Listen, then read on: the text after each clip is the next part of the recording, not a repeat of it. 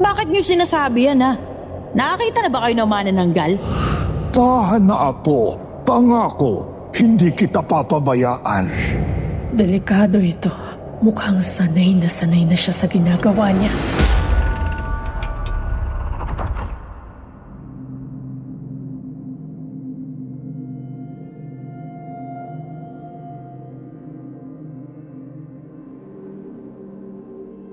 Hello po, Miss Anne. Ako po si Aris o Marisa, pero mas gusto ko pong gamitin ang pangalan na Aris. Isa po ako sa libo-libong fans ng kwentong takip silim. Madalas ako nakikinig ng mga kwento ninyo kapag gabi at bored ako. Fan din ako ng Sitio Pangil pero mas gusto ko itong original YouTube channel ninyo na kwentong takip silim. I-share ko lang yung na-experience ko at sana mapili ninyo ang kwento ko para sa susunod na feature ng kwentong takip silim. Nakakatakot yung ikukwento ko sa inyo at hindi ako sigurado kung maniniwala kayo kasi kakaiba talaga yung nangyari. Akala ko love life na ang makukuha ko pero kamalasan pala. Dahil yun dun sa nakilala kong babae na si Melissa na sa tingin ko ay hindi niya rin yung totoong pangalan. Si Melissa ay naging customer ko. Pasahero ko siya dahil nagre-rideshare ako. Noong nakabili ako ng motor, naisipan kong mag-delivery at mag-ride sharing dahil yun lang alam kong pwede kong trabaho. Sa May Malate ako nakatira. NPA ako dahil no permanent address ako. Palipat-lipat ako ng inuupahan. At noong nasa Malate pa ako nakatira, doon ko nakilala yang si Melissa.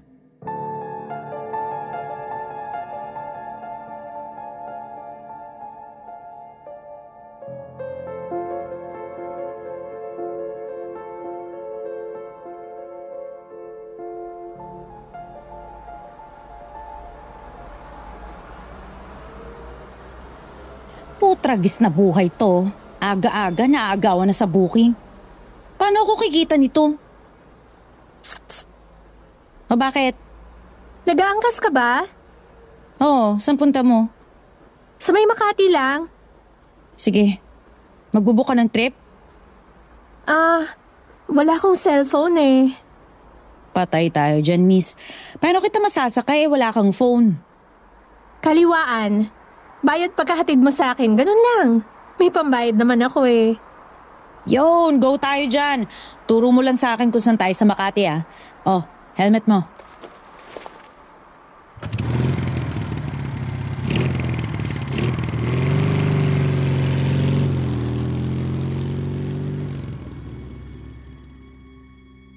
Doon ko unang nakilala si Melissa, Miss Anne. Mahaba ang buhok niya at naka-skin tight shirt siya noon. Grabe. Ang sexy niya sa suot niyang yon.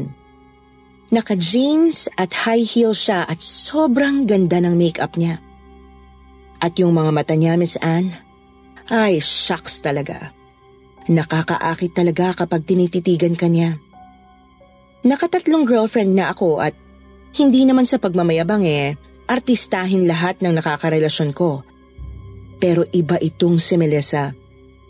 Talaga namang kahit siguro sinong talent manager, kukunin siyang artista. Kahit sino mapapalingon kapag dumaan siya. Nahatid ko siya sa Makati noong umaga na nakiangkas siya. Nagbayad naman at mataas magbigay ng tip. Dahil nga hindi kami gumamit ng app noong nakiangkas siya, hindi ko alam ang pangalan niya. Kinaumagahan nasa May Makati ako nung makatanggap ako ng booking galing sa bagong user ng rideshare app na ginagamit ko. Sa bandang high-end area ng Makati yung pick-up venue ng booking. Doon kung saan maraming mamahaling mga condominium building.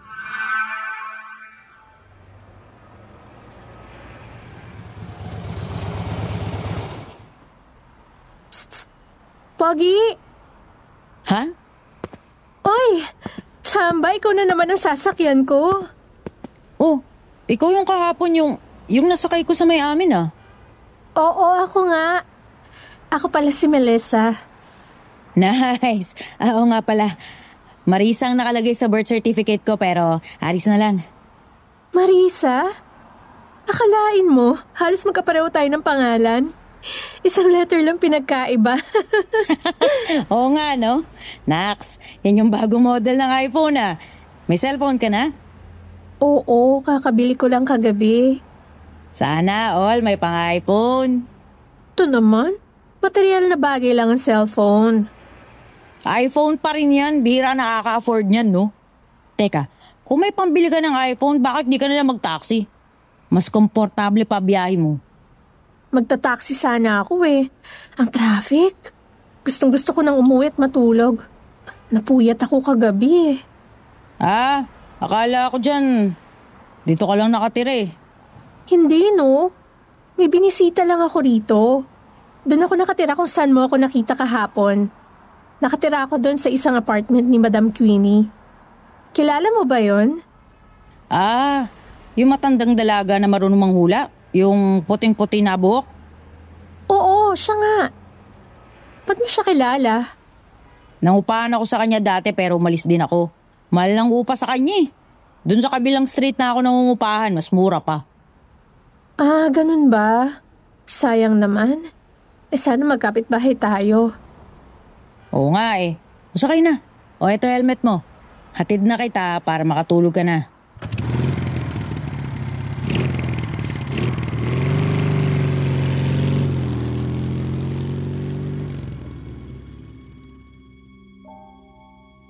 Mula noon, madalas ako na ang sinasakyan ni Melissa kapag aalis siya tuwing umaga. Kapag umalis siya ng umaga ay kinabukasan na ulit siya uuwi sa lugar namin. Laging ganun ang schedule niya pero iba-iba ang pinupuntahan niya. Minsan sa Makati, Parañaque at iba pang lugar. Ang napansin ko lang, Miss Anne, ay laging sa mga high-end na lugar ko siya hinahatid. Yun bang mga subdivision ng mga saksakan ng yaman? O di kaya naman ay sobrang mamahalin na hotel? Yun nga lang, sa lugar namin napakaraming tsismosa at mga usiserong tao. Kumalat sa lugar namin na pokpok daw si Melissa at ang mga customer nito ay mga mayayaman, kagaya ng mga business owners at mga politiko. Sabi-sabi sa amin na kaya inuumaga na daw ng uwi si Melissa ay dahil magdamag daw itong sumisiping sa mga lalaki sa mga mamahaling lugar. Wala naman sa akin kung anong trabaho niya. Basta ba hindi siya nananakit o nang aagrabyado ng mga tao? Okay lang na maging pasahero ko siya. Madalas, kapag nag-aantay ako ng booking na makikisakay sa akin ay tumatambay muna ako kasama ang mga rider na katulad ko. Si Greg, yung isang rider na naging kaibigan ko. Matagal na siya nag-ride sharing app. Siyang nagturo sa akin na dumiskarte sa linya ng trabaho namin. Simple lang si Greg. Payat na lalaki at saksakan ng daldal. May pagka marites din ito dahil saksakan ng hilig niya sa mga chismis. Huy! Aris! Tignan mo to. Ano naman kalokohan yan? Bold na naman yan, no? Gago! Hindi bold to, no? Sinend sa akin nung kasama nating rider na si Brian. Yung may kapatid na nagtatrabaho dun sa isang sikat na hotel sa Makati, may pinatay daw sa hotel nila. Ha? Saan niya nakuha yung ganyang video? Yung kapatid ni Brian, janitor dun sa hotel, tapos isang araw, may pinapuntahan sa kanya sa parking lot kasi may nangangamoy daw. Ayun, nung nakita niya, may isang Mercedes-Benz na nakaparada tapos doon ang gagaling yung mabahong amoy. O ano naman ngayon? Ay nako, panoorin mo na lang tong video. Pagod na akong paliwanag.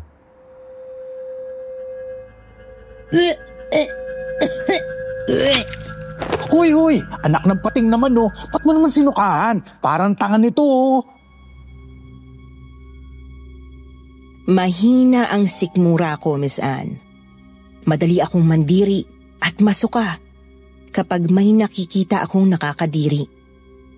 At talaga namang sinasabi ko sa'yo na nung nakita ko yung video, nasuka talaga ako. Doon sa video, kitang-kita yung laman ng compartment nung nabanggit na Mercedes-Benz ni Greg. Halos lumuwa ang mata ko noong makita ko yung putol na katawan ng taong nasa compartment. Puro dugo yung compartment at nasa loob nito ay katawan ng isang lalaki. Walang mga braso, binti, at pati ang ulo nito ay wala. Tapos wakwak ang tiyan at may malaking butas sa dibdib ng katawan. Wala ang bituka pati puso. Para bang kinarne ang lalaki sa loob ng compartment. Talagang hindi ko napigilang masuka. Kaya naman inis na inis sa akin si Greg. Sabi ni Greg, mahihirapan daw yung mga pulis na makilala yung katawan dahil walang kamay at ulo. Walang fingerprint na makukuha. Nagbayad din daw ng malaki yung hotel para wag lumabas sa balita yung nangyari kasi siguradong mawawalan sila ng customer. Nang mahimasmasan ako, napansin ko na yung hotel ay yung hotel kung saan ko unang hinatid si Melissa.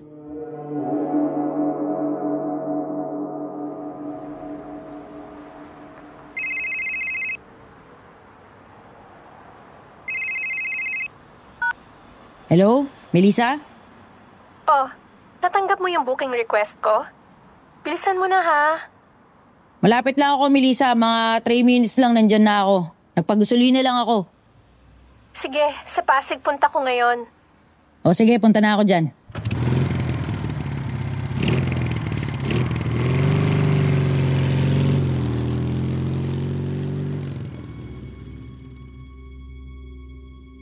Naging regular na pasahero ko na si Melissa dahil kadalasang umaalis siya sa mga oras na magtatrabaho na ako. Madalas buena mano ko siya. Okay siya, Miss Anne. Bukod sa maganda na, mataas pang magbigay ng tip. Kung minsan nga hindi na namin dinadaan pa sa rider app yung paghahatid ko para sa akin lahat yung bayad. Kapag sinusundo ko siya sa hotel o kung saang high-end na subdivision kung saan siya natulog, ay sa hindi mataong lugar kami nagkikita. Parang nahihiya siya sa trabaho niya. Naging close kami ni Melissa, Miss Anne. Kapag di pa siya inaanto kapag sinundo ko siya ay nag-aalmusal muna kami sa isang fast food.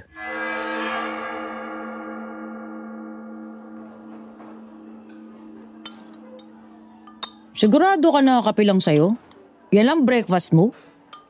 Oo, busog pa ako Madami ako nakain kagabi kasi. Ah, ganun ba? Pwede ba magtanong? Sige, tanong lang. Naiya kasi ako sa itatanong ko ganito kasi, Hoy, ano ba? Huwag ka matakot. Hindi naman ako nangangagat kapag nagtanong ka gusto ko lang sanang malaman kung ano bang trabaho mo? Ay, sorry may narinig kasi akong chismis Ang alin? Pokpok ako? Kung ano yung naririnig mo, bahala ka nang isipin kung totoo man yun o hindi.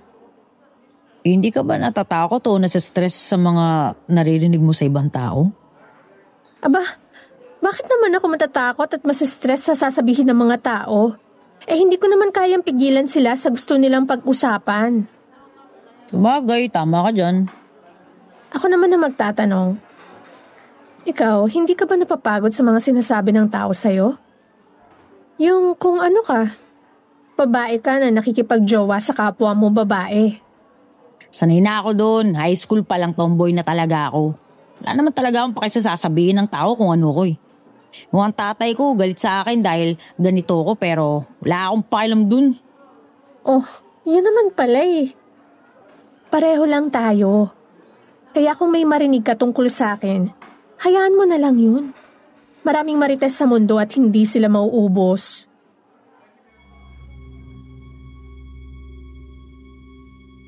Ay, Miss Anne. Bukod sa maganda, gusto ko kung paano mag-isip si Melissa. Kebs na sa sasabihin ng mga marites sa kanya dahil gusto ko siya. Napansin ko na kadalasan every 3 days siya kapag lumalabas ng apartment niya. Magdamag siya kung saan man siya pumupunta tapos kapag sinundo ko siya, sa susunod na 3 araw na ulit siya lalabas. Minsan, naisipan kong puntahan siya sa apartment niya. Alam ko yung lugar dahil kilala si Madam Queenie, yung nagpapaupa sa lugar na yon. Si Madam Queenie galing Quezon Province. Minsan sumasideline ito ng panghuhula. Matandang dalaga siya at siguro nasa 70 plus years old na siya. Mapamahiin siya at naniniwala na hindi lang tayo ang naninirahan sa mundo. Sabi niya maraming mga kakaibang nilalang na kasama tayo. Kahit sa bundok, gubat, probinsya at maging sa syudad, may mga nilalang na hindi tao ang nasa paligid-ligid lang. Sa tingin ko lang medyo may sayad itong si Madam Queenie o kung di naman, nag-uulyanin na dahil sa katandaan nito. Pero tumayo ang balahibo ko sa mga sinabi niya noong hinarang niya ako, noong pupunta ako ng apartment ni Melissa. May mga sikreto si Melissa na binunyag sa akin ni Madam Queenie.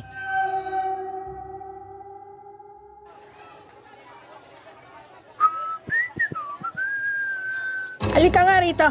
Ay putek, madam no ba? Ginulat niyo naman ako eh.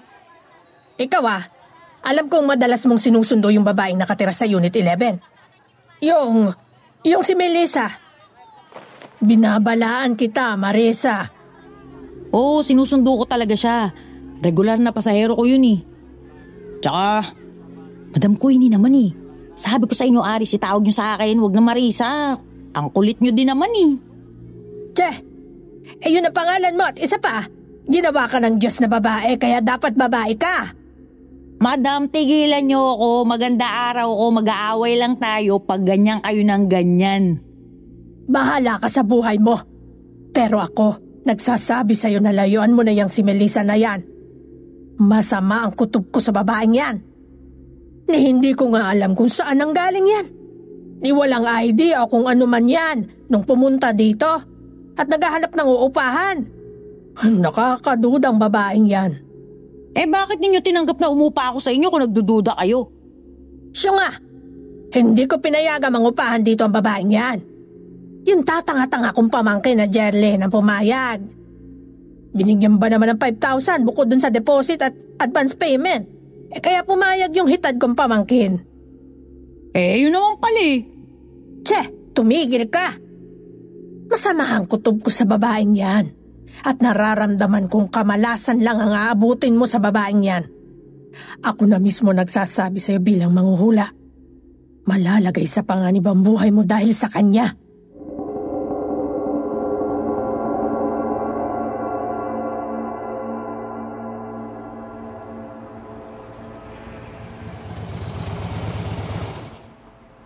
O yan saglit lang biyahe natin. Di ka na late no? Ikaw nung magaling magmotor. O heto, may dagdag ulit yan. Sandali, teka lang. Ha? Bakit? Anong meron? Para to sa'yo. Pabango? Teka, mahal to Teka lang. Aris, malakas ang pakiramdam ko sa mga ganito. Kung tama ang kutob ko, huwag mo nang ituloy. Madali akong kumilala ng tao. Ayoko mawala ng maayos na rider. Ayoko mawala ng kaibigan. Ha? Anong pinagsasabi mo dyan? Walang ibig sabihin yung pabango ko, no? Gift ko yan kasi ang laki mo mag-tip sa mga ride natin. Weh, di nga. Oo, gift lang yan. Madalas kasi, naamoy kita eh. Medyo malakas kang magpabango. Uy, ikaw Inaamoy-amoy mo pala ako kapag nakayakap at nakasakay ako sa motor mo. Sira, ang lakas mo lang talagang magpabango. Okay. Pero, itong pabango na binigay mo, walang ibig sabihin to, ha? Hindi mo ako niloloko, ha? Sure kang gift as a friend lang tong pabango? Ano, ha? Oo nga. Gift ko lang talaga yun sa'yo. Wala akong hinging kapalit niyan, no? Sigurado ka, ha? Malakas ang pakiramdam ko sa mga ganyan. Promise. Tingnan mo, tumukonta nga. Gift lang yan dahil ang lakas mong mag-tip. Wala nang ibang dahilan. Sure ka? Oo nga. Ay, teka. Lumakad ka na nga, malilate ka na eh. May nag-aantay sa'yo, di ba? Ay, oo nga. Message na lang kita bukas ng umaga pag uuwi na ako, Bye! Mugs! Wasak ang puso ko, Miss Anne. Hindi ko pa nga nasasabing nararamdaman ko para kay Melissa ay inunahan na niya ako. Mahirap makipagrelasyon sa kagaya ko, Miss Anne. Kung magkakaroon man ako ng karelasyon, madalas ay nakikipag-break din dahil sa utos ng mga pamilya at kaibigan nila. Wala naman akong pakialam kung prosti man o binibenta ni Melissa ang katawan niya. Tanggap ko siya kahit ano pa man ang trabaho niya. Yun lang, ako yung hindi niya tanggap. Sa sama ng loob ko, niyaya ko si Greg na mag-inuman.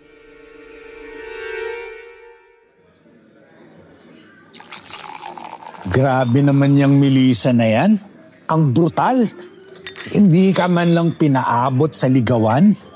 Wala ka pang ginagawa eh. Boom! Busted agad. Oo nga. Ang sakit, pre. Di man lang ako nakapag-I love you eh.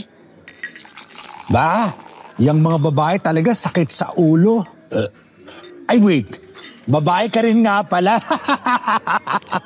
Tira, ka na lang. Nga pala, ati tayo sa bahay dito Spera ko dun sa pabango na binigay ko kay Melissa eh. Tingnan mo itong siraulong to. Magyayaya ng inuman, wala naman palang perang panlibre. Sige na, ati na tayo sa bayad. Tulong mo na rin to kasi pasag na tong puso ko. Siraulo ka talaga. Sige na nga, hati na tayo. Yon! Kampay! Kampay! Sarap! Uy nga pala, may papanood ulit ako sa'yo. Naknang pa naman. Ano na naman yan? Bold na naman yan eh. Sira, anong bold? Nakunan ko ito kanina sa may sikat na subdivision dun sa Pasig. Tingnan mo.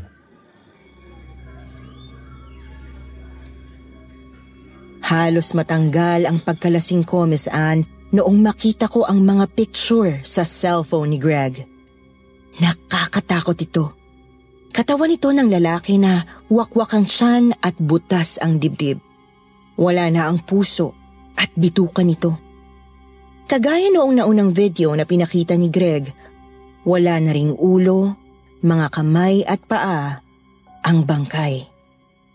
Nanlamig ang buong katawan ko sa nakita ko, Miss Anne.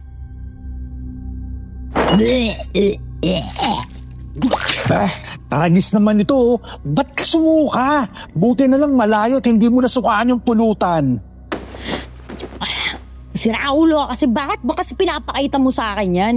Alam mo namang madali akong masuka kapag nakakita ng mga ganyan eh. Ano ka ba? Pinakita ko sa ito dahil dun sa lugar. Anong lugar? Yung sikat na subdivision sa Pasig? O ano naman kinalaman ko dun? Ano ka ba? Hindi ba madalas mong ihatid dun si Melissa? Sabihan mo siyang mag-ingat. Baka may siraulong adik ang pumatay dun. Baka si Melissa ang sumunod na biktima. Umuwi akong lasing noong gabi na yon, Miss Anne. Lutang na lutang ako pero nagawa ko pong magmotor pa uwi. Mabuti na lang hindi ako nahuli. Hindi ko naman inintindi yung sinabi ni Greg dahil na rin siguro medyo inis ako kay Melissa dahil binasted ako. Pinaparada ko yung motor ko sa may barangay hall namin dahil wala akong parking dun sa tinutuluyan kong apartment. Matapos kong iparada yung motor ko, naglakad na ako pa uwi. Siguro mga bandang mag-aalas 2 na ng madaling araw noon. Nagulat na lang ako nang makarinig ako ng pagaspas ng pakpak. Noong tumingala ako, natulala ako sa nakita ko. 2 pares ng pakpak na parang sa paniki, yung dumaan sa kalangitan.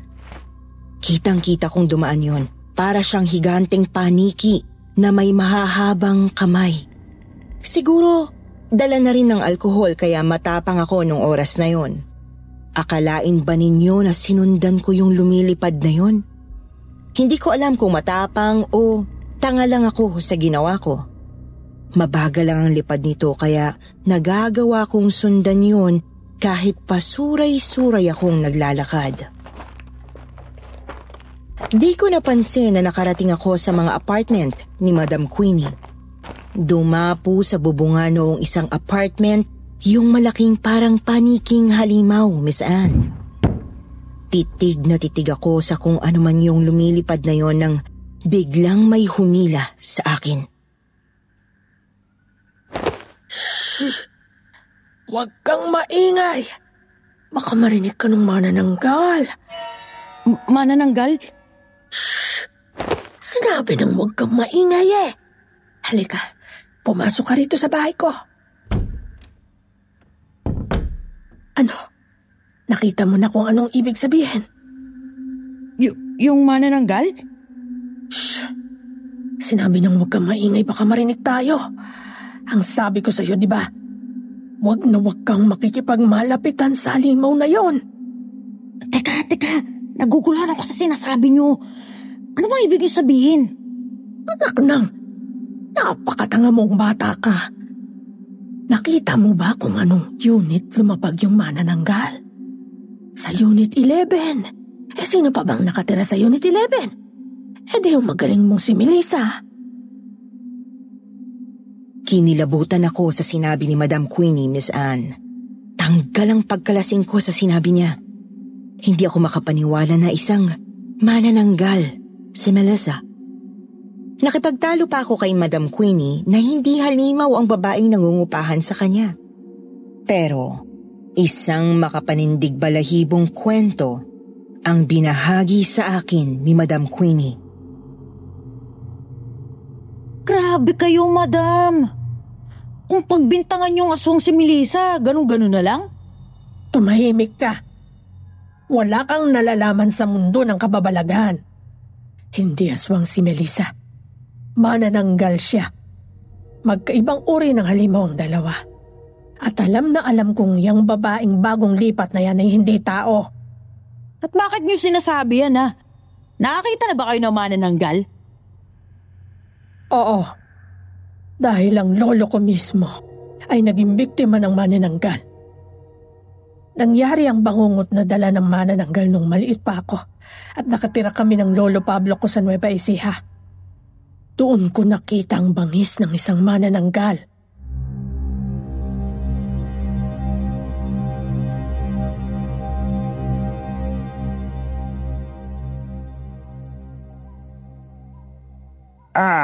Apo, halika dito. Tulungan mo nga akong magsaboy ka ng asin sa paligid. Bakit po, Lolo? Nag-iingat lang tayo, Apo. Gabi ng Biyernes Santo ngayon at ganitong panahon lumalakas ang kampo ng kadiliman dahil patay si Jesus. Kampo ng kadiliman? Lolo, natatakot po ako. Sige, Apo. Mabuti pa ay magdasal muna tayo para mawala ang takot mo. Sa ngalan ng Ama, ng Anak, ng Espiritu Santo. Amen. Ama namin, sumasalangit ka, sambahin ang ngalan mo. mapasa amin ang kaharian mo. Sundin ang loob mo dito sa lupa para lang sa langit. Bigyan mo po kami ngayon ng aming kakanin sa araw-araw At patawarin mo ang aming mga sala. para ng pagpapatawad namin. Apo, dali, magsindi ka pa ng madaming gasera at kandila. Lolo, natatakot po ako. Lakasan mo ang loob mo, Apo. Lolo, nandiyan na siya. Etong sa'yo. Apo, bilis, sabuyan mo sa ng asin. Opo. Apo, umilag ka. Lolo! Layuan mo kaming kampo ng demonyo. Madali, Apo, sabuyan mo pa sa ng asin. Etong sa'yo, masamang aswang ka. Papalis na siya. Diyos ko po, maraming salamat. Lolo, sobrang natakot ako. Tahan na, Apo. Wala na yung manananggal. Paano po kung bumalik yung manananggal, Lolo? Huwag kang mag-alala, Apo. Magdamag akong magbabantay. Hindi ko hahayaang saktan ka ng manananggal. Pero nasagatan po kayo nung manananggal sa likod nyo. Baka maubusan kayo ng dugo. Huwag kang umiyak, Apo. Mababaw lang sugat ko. Walang masamang mangyayari sa akin. Lolo, huwag niyo po akong iiwan. Tahan na, Apo. Pangako, hindi kita papabayaan.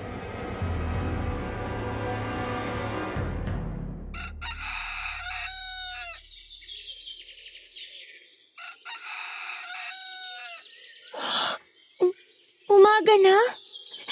Lolo, gising na. Umaga na. Hindi na babalik yung manananggal. Ligtas na tayo, Lolo. Lolo?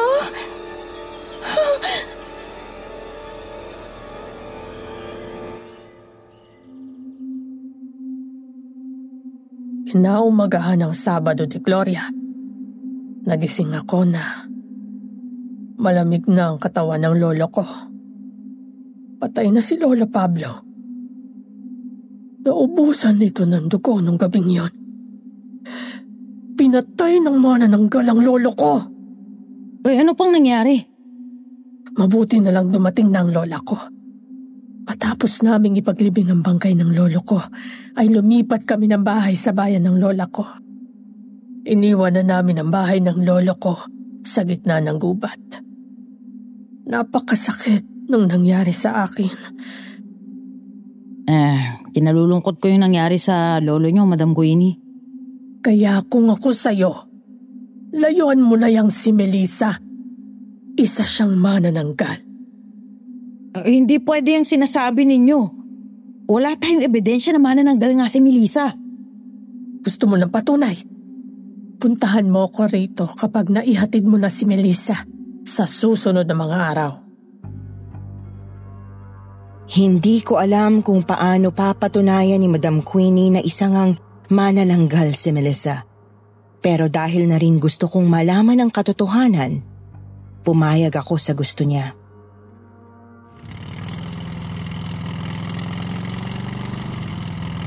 Oh, itabi mo na lang doon. Pwede na ako doon. Salamat. Oh, hetong bayad. May dagdag ulit yan, ah. Salamat, ah. Bakit parang kinakabahan ka ngayon? Hindi, no? Bakit naman ako kakabahan? Aha! Anong aha? Siguro dahil ito dun sa usapan natin nung nakaraan, no? Yung tungkol sa pabango? Ha? Alam ko, may gusto ka sa akin, Aris. Alam ko kaya binigyan mo ko ng pabango dahil doon. Ha? Oo. Pasensya ka na, Aris. Tatapatin na kita. Wala akong nararamdaman para sa'yo. Ayoko mang saktan ka pero yun talagang totoo eh. Ayoko rin namang umasa ka sa wala. Ganun ba? Okay lang sa akin. Sana hindi masira yung pagkakaibigan natin dahil dito. Huwag kang mag-alala. Friends pa rin tayo. Talaga ah? Oo, friends pa rin tayo. Ayoko mawala ng winner na customer din, no? Customer lang tingin mo sa akin? May iba pa ba? Charot. Sige na. Message na lang kita bukas ha.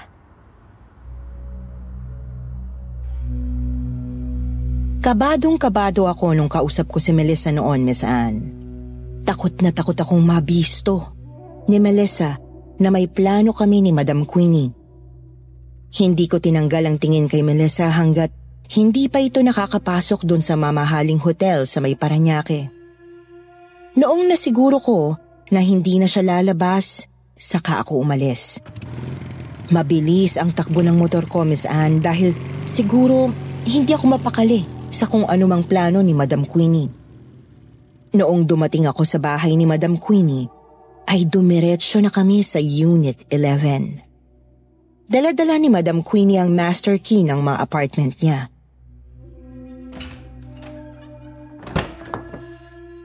Isuot mo itong mga plastic gloves. Huwag kang hahawak ng mga bagay gamit lang ang kamay mo. Bakit po? May iwan ang amoy mo sa anumang hawakan mo kapag wala kang gloves. Malakas ang pangamoy ng mga aswang at iba pang nilalang ng kadiliman. Sige po. Anong amoy yun? Ang baho! Tumahimik ka. Doon sa kwarto nang gagaling ang amoy. Ang baho! Di kaya dito niyo nilalagay yung kinakain niya? Anong sinasabi mo? Minsan may nakikitang bangkay dun sa lugar na yun tapos ilang araw mula nung hinatid ko si Melissa dun. Bakit ngayon mo lang sinabi yon? Malay ko ba kung manananggal talaga si Melissa? Ngayon ko lang naiisip ang lahat. Nakakainis ka. Anong itsura ng mga biktima niya? Wala pong ulo. Wakwak yung sikmura tapos butas yung dibdib. Walang puso tsaka bituka. Wala ring mga kamay tsaka wala ring paa. Kawawa yung itsura ng bangkay. Delikado ito. Mukhang sanay na siya sa ginagawa niya. Hindi basta-basta makikilala ang mga biktima niya. Hindi siya madidiskubre ng basta-basta. Matagal niya nang ginagawa ang ganitong pambibiktima. Ano ibig sabihin? Mahaba ang buhay ng mga manananggal. At kung tama ang hinala ko, matandang-matanda na si Melissa. Baho! Huwag kang sumuka. Tumabi ka dyan. Baho! Mukhang nagtatago siya ng laman ng mga tao dito. Hindi nagtatago ng pagkain ng mga manananggal. Kumakain na siya ng marami at natutulog lang. Hindi mo ba napapansin? Kada 3 araw lang siya lumalabas at nagpapahatid sa'yo. Lumalabas lang si Melissa kapag gutom na siya. Anong mabahong amoy na yan? Ano bang laman ng bote na yan? Ito, ang mahiwagang langis ng mga manananggal. Pinahid ito ni Melissa sa katawan niya para maghiwalay ang itaas at ibabang bahagi ng katawan niya. Gamit ang langis na ito, tinutubuan siya ng pakpak at nagiging ganap na manananggal. Ano ba kasing laman yan? Langis, dumi ng manok, laman at dugo ng tao. Kapag pinapahid ito ni Melissa sa katawan niya, mag-oorasyon siya at magsasalita ng pinagbabawal na itim na salamangka. Gulong-gulo ang isip ko, Miss Anne. Hindi ko alam kung papaniwalaan ko si Madam Queenie sa mga pinagsasasabi niya noong mga oras na yon. Siguro ay may bahagi pa rin ng sarili ko na hindi matanggap na manananggal nga si Melissa. Sinabi ko kay Madam Queenie na itapon namin ang kakaibang langis na nasa bote na nakita namin. Sabi naman ni Madam Queenie, malalaman ni Melissa na pinasok namin ang bahay niya kapag may ginalaw o kinuha kami mula sa apartment. Tinanong ko si Madam Queenie kung ano dapat ang gawin namin kay Melissa. Ang sabi lang ng matanda ay kailangang mapaalis sa apartment ang manananggal pero hindi niya alam kung paano yon gagawin.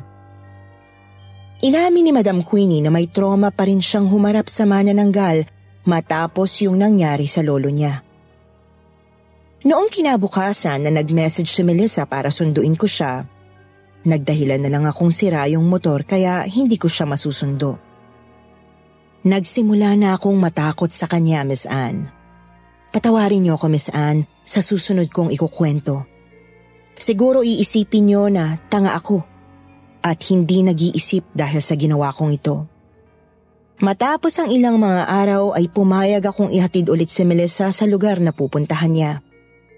At noong gabi, bumalik ako sa lugar na yon dahil gusto ko talagang malaman kung manananggal nga si Melissa. Sinabi ko kay Madam Queenie ang plano ko at syempre, hindi natuwa ang lola mo.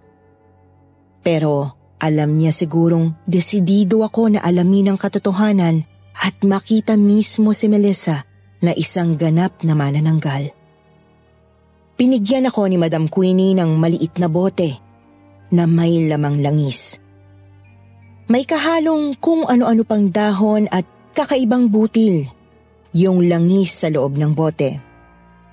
Sinasabi niya na ang bote ay mahiwaga at kumukulo ito kapag may malapit na aswang o maligno. Nilagay ko sa bulsa ko yung bote noong bumababa ako ng motor ko at pumunta ako sa harapan ng building kung saan ko hinatid si Melissa noong umaga. Matagal akong nag-antay sa labas at tinatanaw ang itaas ng mga building. Inaantay ko yung malalaking pakpak ng paniki na nakita ko noon. Lumipas ang oras pero wala akong nakita. Naisipan ko lang na umalis pero nararamdaman kong umiinit ang bulsa ko. Noong dinukot ko yung bote ng langis na bigay ni Madam Queenie, mainit ito. Nagsimula akong maglakad-lakad sa paligid ng building. Kapag lumalapit ako sa building ay lumalamig ang bote at habang lumalayo ay umiinit ito. Sa kalalakad ko ay napalayo na ako at umiinit lalo ang bote. Hanggang sa mapadpad ako sa isang madilim na eskinita. Halos mabitiwan ko ang bote na bigay ni Madam Queenie. Kumukulo ang langis sa loob nito. Merong malapit na aswang. May narinig akong talaga namang nakapagpatayo ng balahibo ko. Parang may isang hayop ang kumakain ng laman. Naaninag ko sa dulo ng eskinita ang isang nilalang na may mahabang buhok at isang pares ng napakalaking pakpak. Yung pakpak niya ay kagaya sa isang paniki. Ngunit, ang pinaka nakakatakot ay noong mapatingin ako sa ibabang bahagi ng halimaw na nakita ko. Wala ang pang-ibabang bahagi ng katawan nito. Putol ang kalahati ng katawan nito at nakalawit ang mga bituka ng halimaw. Isa nga itong manananggal. Agad akong nagtago sa likod ng poste sa may eskinita. Tuloy lang sa pagkain ng manananggal. Hindi ko nakikita kung anong kinakain niya pero sigurado akong karne ang kinakain niya dahil sa dugo sa sahig na nakakalat. Maya-maya ay biglang tumigil sa pagkain ng manananggal. Bigla na lang nanlamig ang pakiramdam ko nang makitang inaamoy ng manananggal ang hangin. Alam kong naaamoy ako ng manananggal, kaya naman agad na akong tumakas. Muntik na akong maihi sa takot ko sa susunod kong narinig. Lilipad na ang manananggal. Madilim at mahaba yung eskinita at alam kong aabutan ako ng manananggal. Binilisan ko ang takbo ko at nagdasal na sana'y wag akong abutan. Pero nagkamali ako.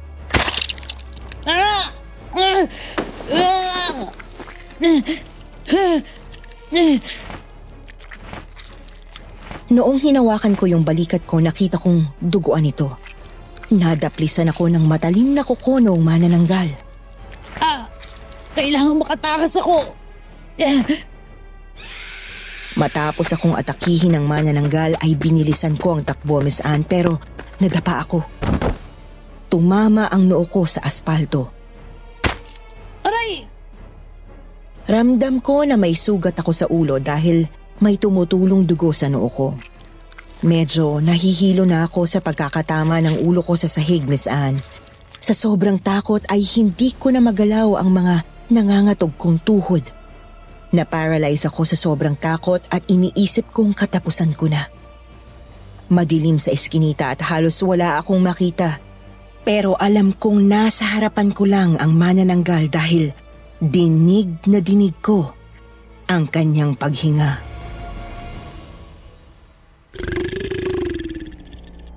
Huwag! Huwag mo akong saktan! Parang awa mo na! Melissa! Kung ikaw nga yan, huwag mo akong patayin! Ayoko pa mamatay, please! Melissa! Huwag mo akong patayin! Parang awa mo na! Ayoko pa mamatay! Please, huwag mo akong sasaktan, Melissa!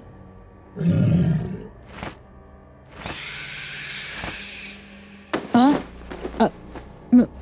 Melissa? Nakahinga ako ng maluwag noong maramdaman kong wala na ang manananggal.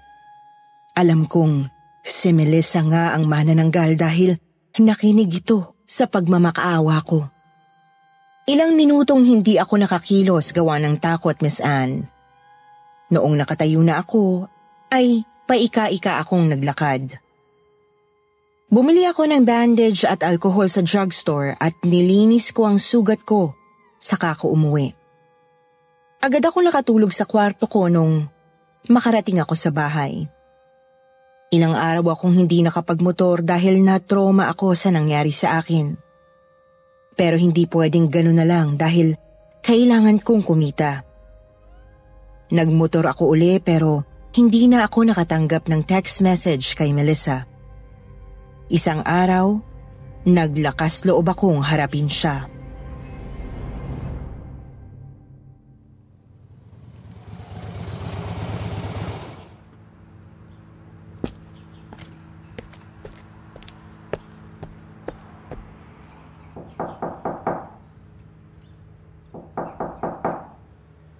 Itigil mo na yan. Wala na yung nakatira dyan. Wala na si Melissa dyan. Ano po? Pumasok ka rito at may pag-uusapan tayo.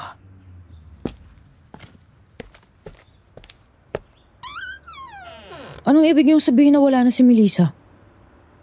Wala nang manananggal.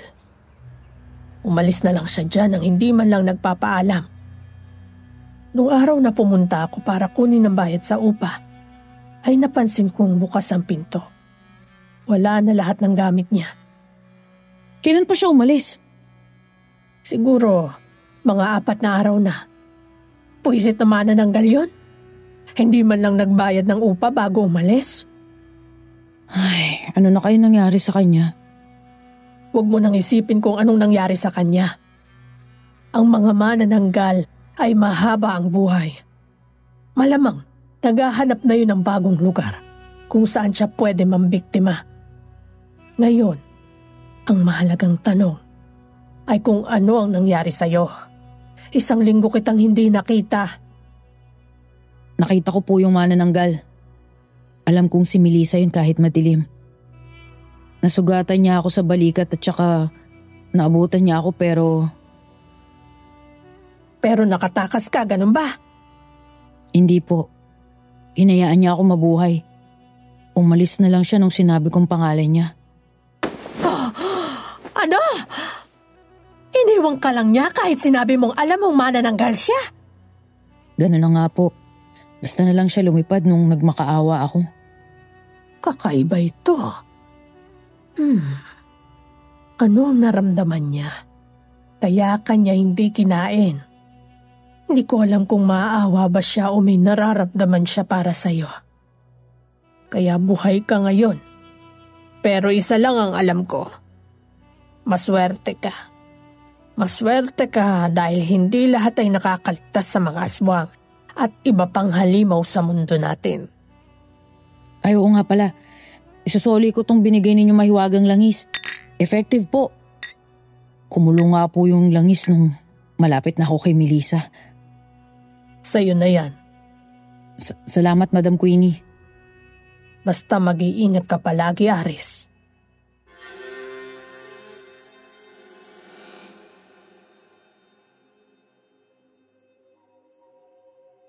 Hindi ko na uli nakita pa si Melissa kahit nadaraanan ko yung mga lugar kung saan madalas ko siyang ihatid.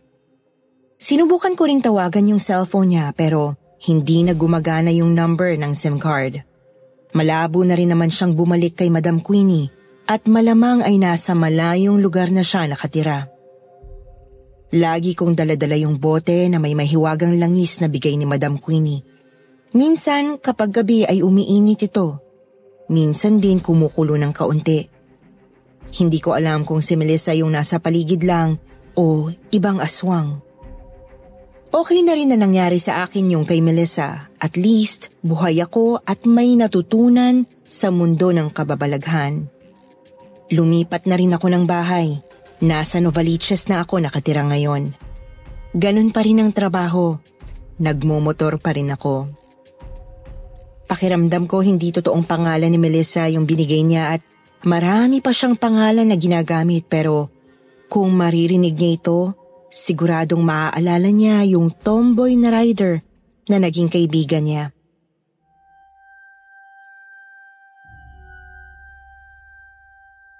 Dear Miss Anne, magandang gabi po sa inyo at sa lahat ng mga listeners ngayon sa vlog ninyong Kwentong Takip Silim.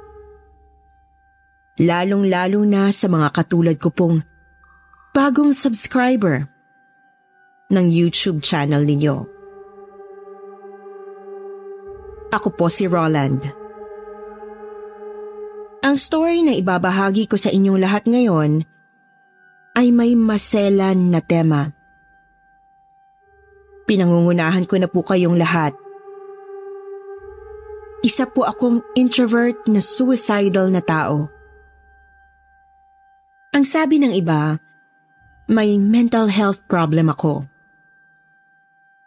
Sabi naman ng iba, nadedemonyo raw ang utak ko.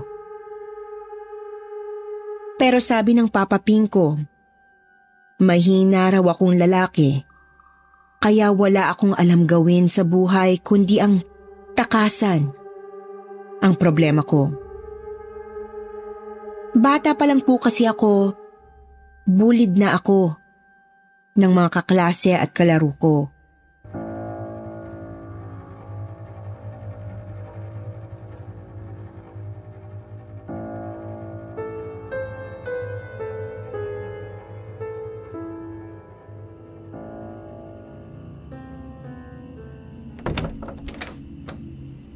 Anak ng tokwa. Ano yung mga nangingitim na pasang yan sa mukha mo?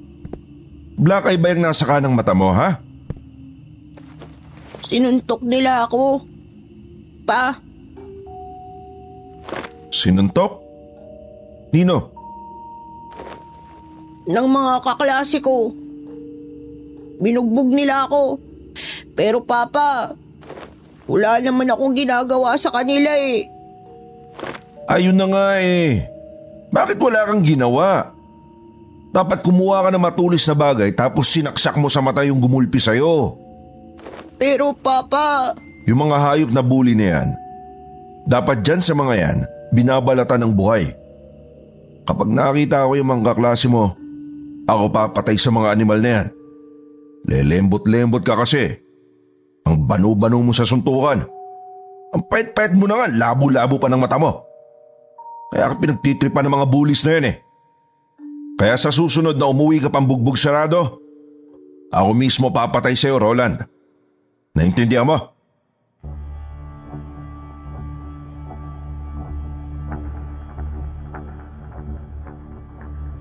Minsan, Miss Anne, napagdiskitahan na naman ako ng mga kaklase kong bully. Gusto nila akong patayin sa pamamagitan ng balisong kung hindi raw ako tatakbo ng nakahubad sa campus. Natakot ako. Tumakbo ako pa uwi pero hinabol ako ni G-Boy, yung pinaka-leader ng grupo nila. Nadapa si G-Boy pagdating namin sa ginagawang construction sa kalsada. Napahiga siya sa mga patusok na bakal na nakatirik sa gutter. Natuhog si G-Boy ng mga matatabang metal na parang manika ng mangkukulam.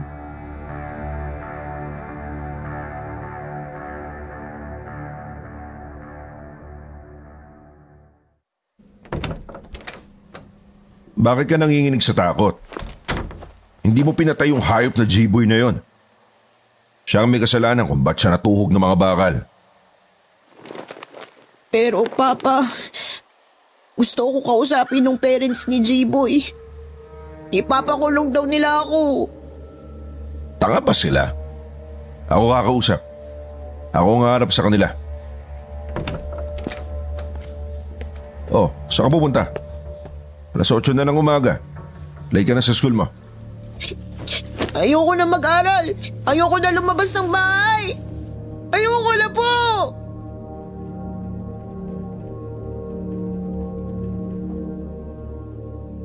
Natakot ako nang mamatay ang kaklase kong nang bubuli sa akin. Pakiramdam ko noon, gabi-gabi niya akong minumulto. Dahil hindi ako matahimik kahit na antok na ako. Tumigil ako sa pag-aaral. Sinisi ko ang sarili ko sa nangyari kay G-Boy. Nadepress ako at mas lalong naging introvert, Miss Anne. Hanggang sa isang araw, para lang mawala na ang takot at sakit sa puso ko, kumuha ako ng matulis na kutsilyo at hiniwa ang pulso ko. Roland, ano yung ginagawa mo? Gusto ko na mamatay. Itinakbo ako sa ospital at galit na galit ang mama ko nang umuwi mula sa Canada nang makita ang ginawa ko.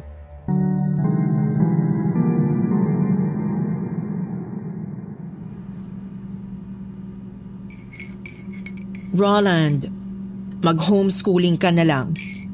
Online class. Dinalang kita ng bagong laptop mula sa Canada. Huwag mo nang uulitin ang ginawa mo, ha?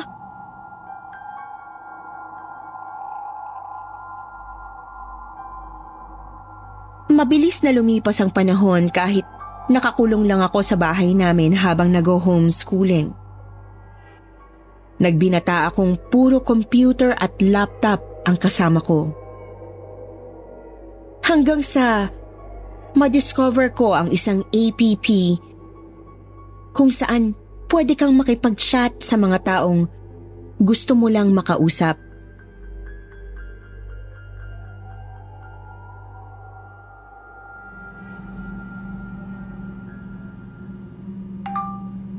Hi. Care to chat? Hello at Deathmarch 079. Bakit Atlas Puso ang username mo? Wala lang. Ikaw. Bakit at Deathmarch 079 ang gamit mong username? Matagal na kasi akong nagmamarit siya. Ha? Papunta sa kamatayan ko. May sakit ka ba? Suicidal ako.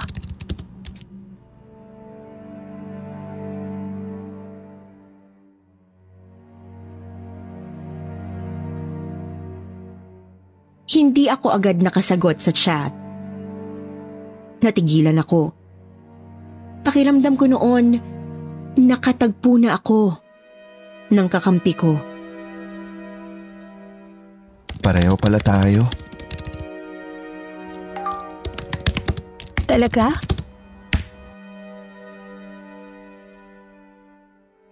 Magmula noon, sa tuwing sasapit ang 12:00 ng gabi hanggang pumutok ang araw, nag-chat-chat na kami ni @deathmarch079. Walang gabing hindi kami nag-usap sa chat. Tumagal yon ng halos 6 months. Hanggang sa niyaya ko siyang mag-meet up na kaming dalawa. Pumayag siya. Nagkita kami sa Paco Park isang gabi.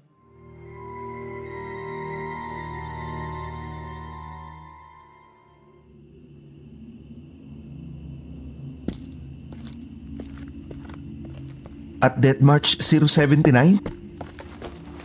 Ako nga. Ikaw ba si Laslas Puso? Roland! Roland talaga ang real name ko. Esang. Pero Teresa talaga ang real name ko. Wow, tuwang-tuwa ka. Sorry, ngayon lang ako sumaya ng ganito, sa totoo lang. Mukha ba akong clown? Napakaganda mo kaya para maging clown. O paano?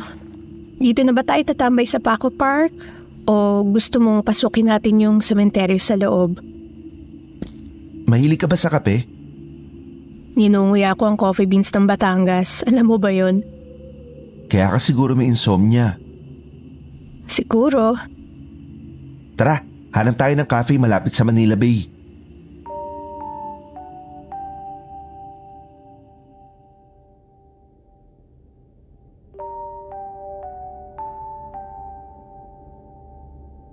Sa unang gabi ng pagkikita namin ni Teresa aka at Death March 079, nakaramdam na ako ng kakaibang pulso sa dibdib ko.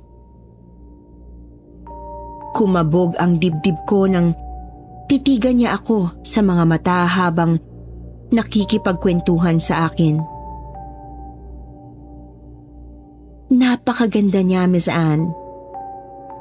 Kahit bakas ang mga peklat ng suicide sa pulso, braso, leeg, at mga daliri niya, gandang-ganda pa rin ako sa kanya.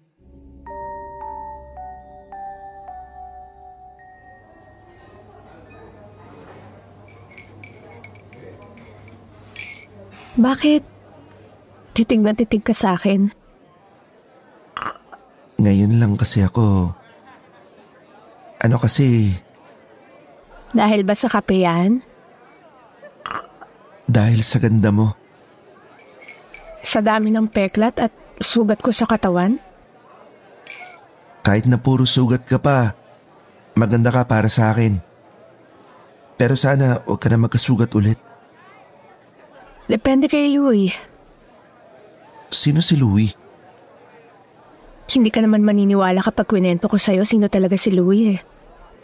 Makikinig ako. Mahal ko si Louie. Naging insomniac ako nang dahil kay Louie. Kaano-ano mo ba si Louie? Chatmate. Chatmate? 4 na taon kaming chatmates ni Louie. Nakilala ko rin siya sa app na pinagchat-chatan natin. Si Louie ang nagpapayo sa akin sa lahat ng problema ko noon. Walwal kasi akong babae. Kahit anong gulo pinapasok ko. Tulad ng anong gulo? Naging kabit ako ng team leader namin sa call center. Nalaman ng asawa, sinugod ako sa opisina. Pinahiya at sinaktan pero sige pa rin ako. Pero bakit? Bakit? Dahil sabi ni Louie, naiintindihan niya ako. hinayaan ka ni Louie na maging kabit. Bakit? Sandali. Hindi mo ba boyfriend online si Louie? Nagpunta doon nung ika-4 na taon naming pagiging chatmates. Nahulog ang loob ko sa kanya. Siya rin sa akin. Pero hindi katulad natin. Tayo nakapag-meet up in person. Kami ni Louie, hindi. Bakit hindi kayo nagkita? Namatay siya agad. I'm sorry. Nalaman ko na lang sa mga posts sa wall niya. Nabasa ko na lang ang mga salitang, "Rest in peace, Louie. Louie, I will miss you. Louie, until next time." I'm sorry, Teresa, kung... No, it's okay. Okay ako. Okay na ako. Talaga? Dahil alam kong makikita pa rin kami. Malapit na. Please, don't say that. Chinachat ko pa rin si Louie hanggang ngayon, Roland. Ha? Bakit? At sumagot siya. Si Louie ba mismo yun? Baka naman kapatid niya o kaibigan niya na nabuksan yung account niya. Hindi, Roland. Si Louie yun. Dahil bago magsimulang makipag-chat yan si Louie, nagtatype muna siya ng 3 question marks. Walang palya sa loob ng 4 na taon. Ganun ang una niyang banat sa chat. Tinatanong kung nandun ako to chat with him. Anong sinasabi niya sa chat? Depende sa tanong ko. Tulad ng... Nasaan ka? Anong sagot niya? Nandito lang, tinatanong ko siya. Anong ginagawa mo ngayon? Anong sagot niya? Sinihintay kita. Hindi ba prank yun ng ibang tao sa'yo? Hindi ka naniniwala. Hindi naman kita masisisi. Uwi na ako. Ubus ng kape ko eh. Nice meeting you. Teresa! What? Naniniwala ako sa'yo. Pwede ko bang makita yung convo nyo?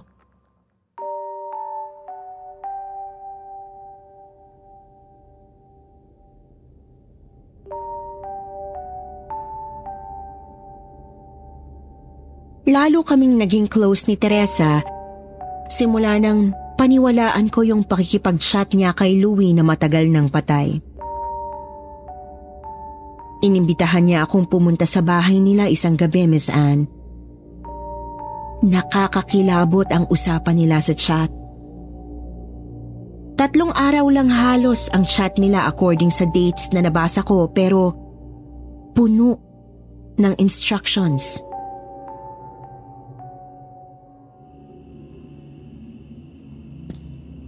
Gusto ni Louie na dalawin mo siya sa bahay niya? Oo. At tinipe niya talaga ang address niya. Napuntahan mo na ba siya sa bahay nila? Isang beses lang. Pumunta ako doon para alamin talaga kung patay na si Louie. At kinausap ako ng lola niya. O anong sabi? Patay na nga si Louie pero ayaw sabihin ang cause of death. Roland, gusto mo ba akong samahan sa bahay nila, Louie? Gusto ko siyang dalawin ulit. Bakit sa bahay nila? Hindi mo ba alam kung saang sementeryo inilibing si Louie? Di ko alam kung saan nila dinala yung bangkay ni Louie. Teresa, baka naman hindi pa patay talaga si Louie.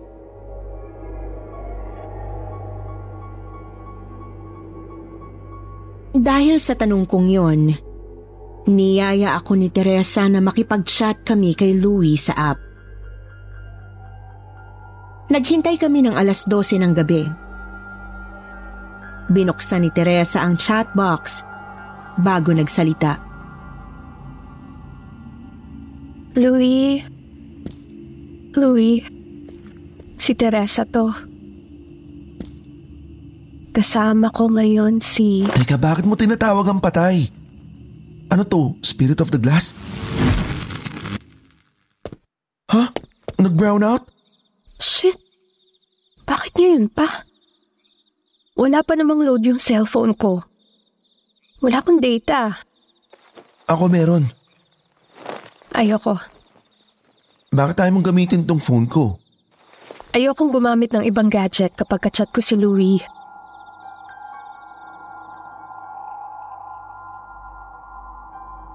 Bigla akong napanganga nang biglang bumukas ang desktop computer ni Teresa. Paano nangyari yun? Brownout pa rin, di ba? Tumakbo ako sa bintana ng kwarto ni Teresa na nasa rooftop ng apartment building nila. Mataas ang kinalalagyan namin kaya kitang-kita ko na brown out pa talaga. Roland! Malakas ang pagtawag ni Teresa. Napabalik ako sa harapan ng computer. Kinilabutan ako nang makita kong nag-type si Louie ng 3 question marks. Ayan na si Louie. Ayan na siya. 3 question marks? Huh? Akin ka lang, Teresa. Louie, I missed you so much. Mabilis na nag-type si Teresa. Puro I love you at I miss you ang mga pinagtatype niya. Pero isa lang ang sinagot ni Louie sa kanya. Tumalon ka sa bintana. Huwag! Huwag mong gagawin yan! Biglang namatay ang computer nang nanumbalik ang kuryente sa buong lugar. Tuwang-tuwa si Teresa na ipinagtulakan ako pababa sa building nila. Teresa, sandali! Ako ngayon, naniniwala ka na? Hindi natin alam kung si Louie talaga ang kachat mo. Malalaman ko rin ang totoo. Sige na. Bye-bye. Nang gabing yon, mabigat ang mga balikat ko nang umuwi ng bahay. Hindi rin ako makatulog noon kahit na ang sama ng pakiramdam ko. Para akong lalagnatin ng malala. Uminit ang 2 mga mata ko habang nanlamig ang mga paa. Hindi ko makalimutan ang nangyaring kababalaghan sa kwarto ni Teresa. 1 oras akong nakatitig sa closet kong puno ng damit. Walang tigil ang utak ko sa pag-aalala para kay Teresa. Mahal ko na nga talaga siguro siya nung mga panahon na yon. Makalipas pa ang ilang sandali, napansin kong bumubukas mag-isa ang pintuan ng closet ko. Natakot ako, Miss Anne. Napatalokbong ako. Pero nakasilip pa rin sa closet.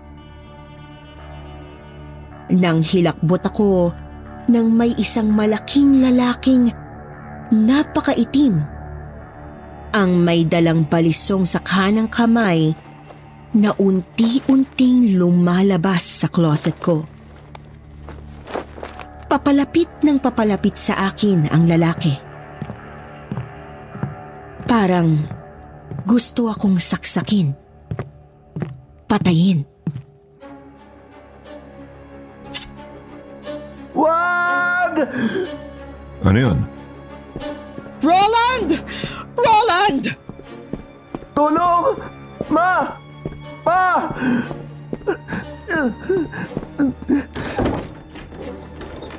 Teka, bakit may tali ka sa leeg? Magpapakamatay ka na naman bang kumag ka? Ha? Nangilabot ako, Miss Anne, nang makita ko ang sarili kong may hawak na lubid at itinatali ang dulo nito sa kisame habang nakatapak sa kama ko. Magbibigti ka ba, anak? Panginoon ko, itigil mo yan! Kasalanan sa Diyos yan! May lalaking may balisong na gustong... Hindi ko alam kung bakit ako... Tanga! Di ka nga dito. Di ka na nadala, no? Imbis na intindihin at kaawaan, ay binugbog ako ng papa ko. Lahat ng galit niya sa akin lumabas ulit at hindi siya napigilan ng mama ko. Tama na po, Papa!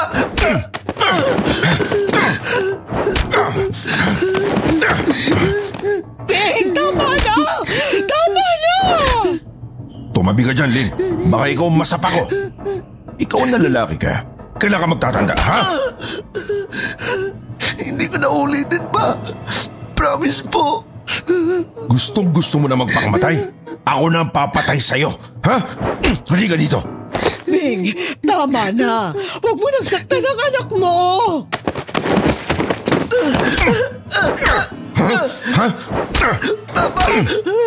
Tama na!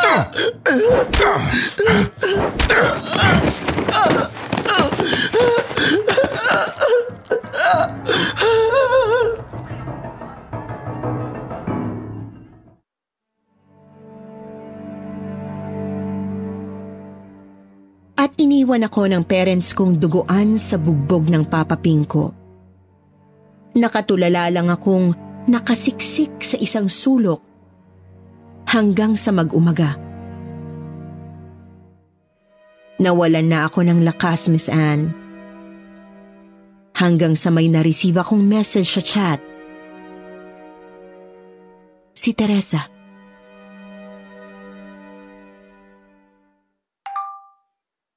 O paano? Sumunod ka na lang, ha?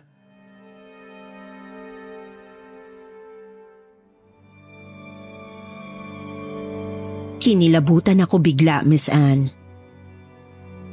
Sumagot ako ng napakaraming messages kay Teresa pero hindi na siya nag-reply. Hanggang sa matuyo ang sugat ko at pumunta ako sa bahay nila.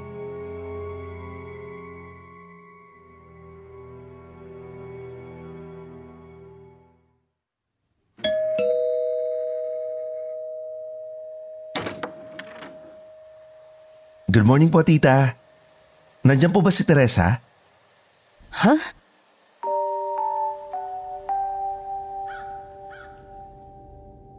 Natulala ang tita Tessie ni Teresa sa akin. Nag-isip muna ito ng malalim bago sumagot sa tanong ko. Wala na dito si Teresa. Nasaan na po siya? Nailiping na. Po? Iyon ang gusto niya.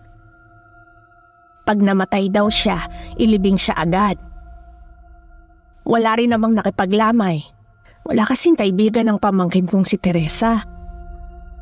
Pero may isang matangkad na lalaking dumalaw sa ER nang itakbo ko siya. Lalaki?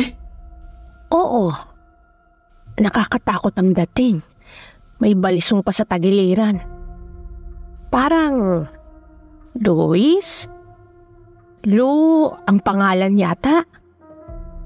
Hindi ko na matandaan. Louie. Ayun! Louie nga. Kilala mo ba yun? Hindi po. Paano po ba namatay si Teresa? Ay, suicide. Tumalon sa bintana ng kwarto niya sa rooftop. May iniwan niyang suicide note. Kaso, hindi ko binuksan kasi may pangalan eh. Para kay Roland? Ako po si Roland.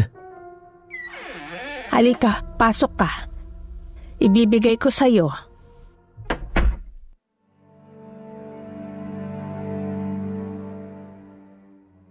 Nangatog ang tuhod ko nang buksan ko ang suicide note ni Teresa.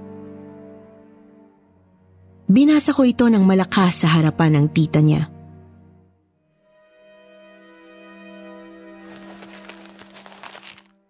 I'm sorry, Roland. Pero si Louie ang mahal ko.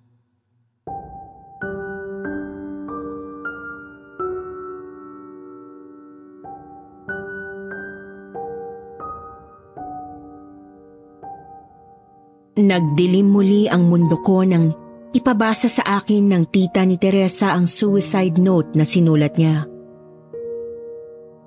Namanhid ang buo kong pagkatao, Miss Anne. Gumuho ulit ang itinayo kong tore ng pag-asa.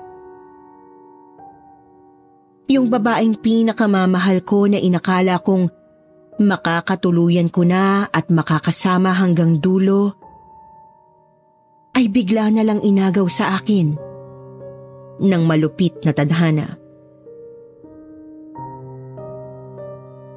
Ilang taon kong pilit na kinalimutan at binura ang nangyari sa isipan ko, Miss Anne. Pero si Teresa pa rin ang unang imahe na pumapasok sa utak ko sa tuwing magigising ako sa umaga. Sa totoo lang po, Miss Anne, nanumbalik ang pagiging suicidal ko. Kamakailan lang ay nag-attempt akong uminom ng lason pero salamat sa mama ko at napigilan niya ako. Tuluyan ko ng tinalikuran ng social media at ang pakikipag-chat. Miss Anne, ano ang gagawin ko? Paano ko kalilimutan ang babaeng minahal ko? Sakit nga ba ang pagiging suicidal? At ano po ang gagawin ko para makapag-move on mula kay Teresa? Tulungan po ninyo sana ako. Maraming salamat. Roland. Roland, nakakatakot isipin ang pagpapakamatay at itong tinatawag nating suicide. Alam kong masakit ang mawala ng taong minamahal sa buhay, lalo na't inukit mo na sa puso't isipan mo na si Teresa na lamang ang babaeng huli mong mamahalin.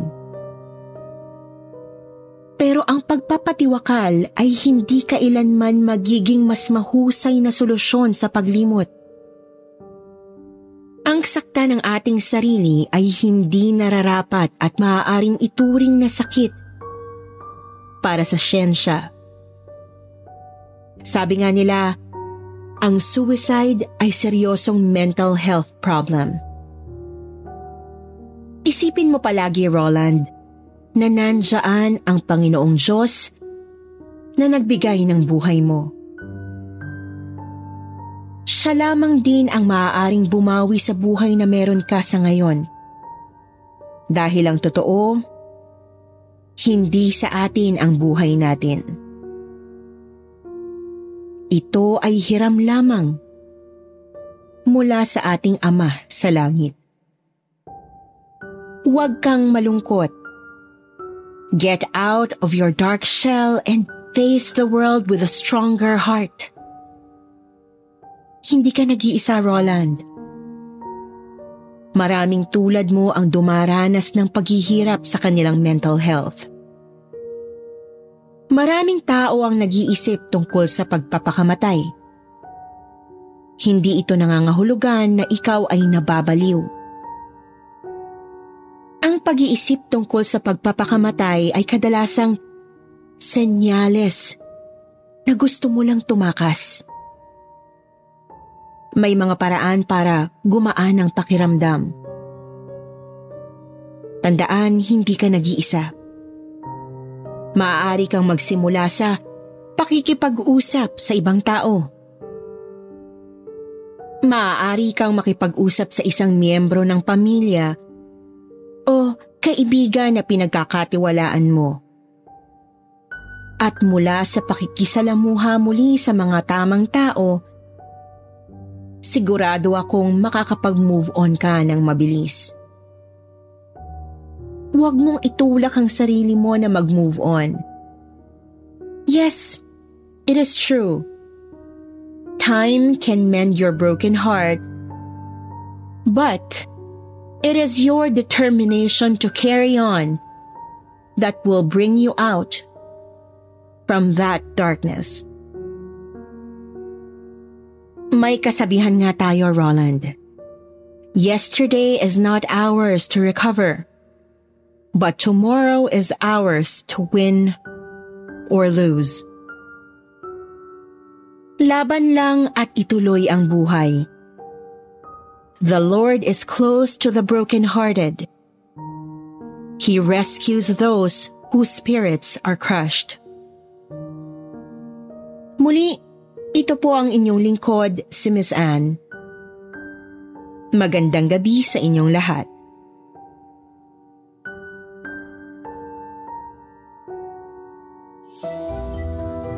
Dumako naman tayo sa ating shoutout portion. Shoutout to Len Salas, Simply Ann, Labordo Family, Bobole Family, Mirang, BF Thea and Fredolin, Joanna Marie Crisostomo, Jans Brusola, Jennifer Jane Relieja, Leonardo Manalo. Muli, maraming salamat po sa inyong mga masusugid na tagapakinig at taga-subaybay. Magandang gabi.